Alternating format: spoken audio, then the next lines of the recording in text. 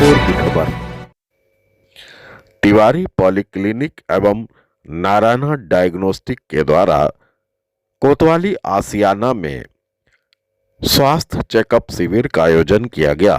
भारी संख्या में पुलिस कर्मियों ने जांच शिविर में अपने स्वास्थ्य की जांच कराई।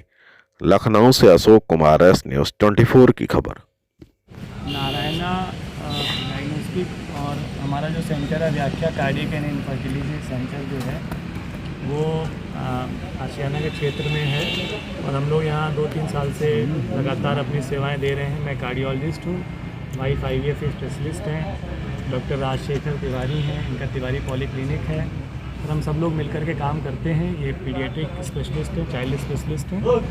कैंप लगाने के पीछे जो है नारायणा का सहयोग रहा है, पूरा इनका अरेंजमेंट रहा है और उसका पीछे का पर्पज़ ये है कि हमारे जो पुलिसकर्मी हैं, बहुत समय से ये बात हम लोग विचार कर रहे थे कि जो पुलिसकर्मी हैं उनके पास समय नहीं होता है अक्सर हम लोगों के पास आने का, डॉक्टर के पास, क्योंकि इमरजेंसी उनकी रहती है। कई बार वो लोग आ नहीं पाते, उनके परिवार के बहुत सारे लोग होते हैं, माता पिता हैं, पत्नी हैं, बच्चे हैं, जो लोग भी हैं।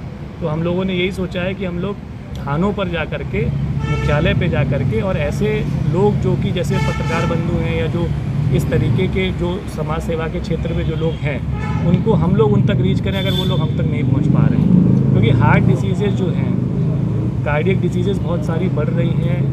आपने भी सुना होगा कि हार्ट अटैक के मामले ठंड में बहुत बढ़ जाते हैं और उसका रीज़न सबसे बड़ा ये है कि ठंड के समय में एक तो पेशेंट में अवेयरनेस नहीं होती, पेशेंट को ब्लड प्रेशर, शुगर, जो रिस्क फैक्टर्स होते हैं उसके बारे में पता नहीं होता है। तो ठंड आते समय ये सारी बीमारियां और बढ़ जाती हैं। तो पूरा हम लोगों का जानकारी देने का एक सिर्फ हेल्थ कैंप का पर्पस पेशेंट देखना नहीं बल्कि जानकारी भी देना है, क्योंकि अगर एक व्यक्ति को जानकारी होगी, सही जानकारी जिसको कहते हैं, तो 4 व्यक्तियों को और जानकारी देगा।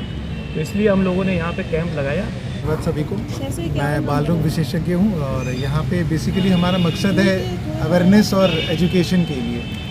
स्क्रीनिंग तो हम कर ही रहे हैं। ठंड में जो बीमारियाँ बच्चों में मिलती है ज़्यादातर सांस और रेस्पिरेटरी, सर्दी खांसी बुखार जिसे हम जो होता है, रेस्पिरेटरी सिम्टम्स, और एलर्जी वाले जो बच्चे होते हैं, अस्थमा वाले जो बच्चे होते हैं या स्किन में कोई एलर्जी हो, तो ये सारे केसेस काफ़ी ज़्यादा हो जाते हैं क्योंकि ड्राई हो जाता है काफ़ी एयर जो सराउंडिंग होती है, तो फ्लेयर अप काफ़ी हो जाता है।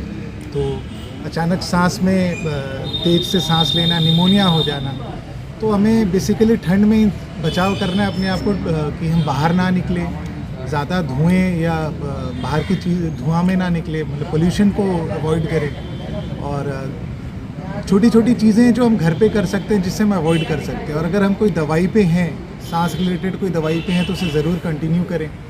और अस्थमा फ्लेयर अप ना हो तो अस्थमा में हम पम्प्स यूज़ करते हैं। छोटे बच्चों में भी अस्थमा का ट्रीटमेंट होता है जिसमें जो बड़े जैसे पम्प्स यूज़ करते हैं, छोटे बच्चों में भी वो दिया जाता है, जिससे आपको नेबुलाइजेशन की ज़रूरत नहीं पड़ती है अस्पताल में जाके।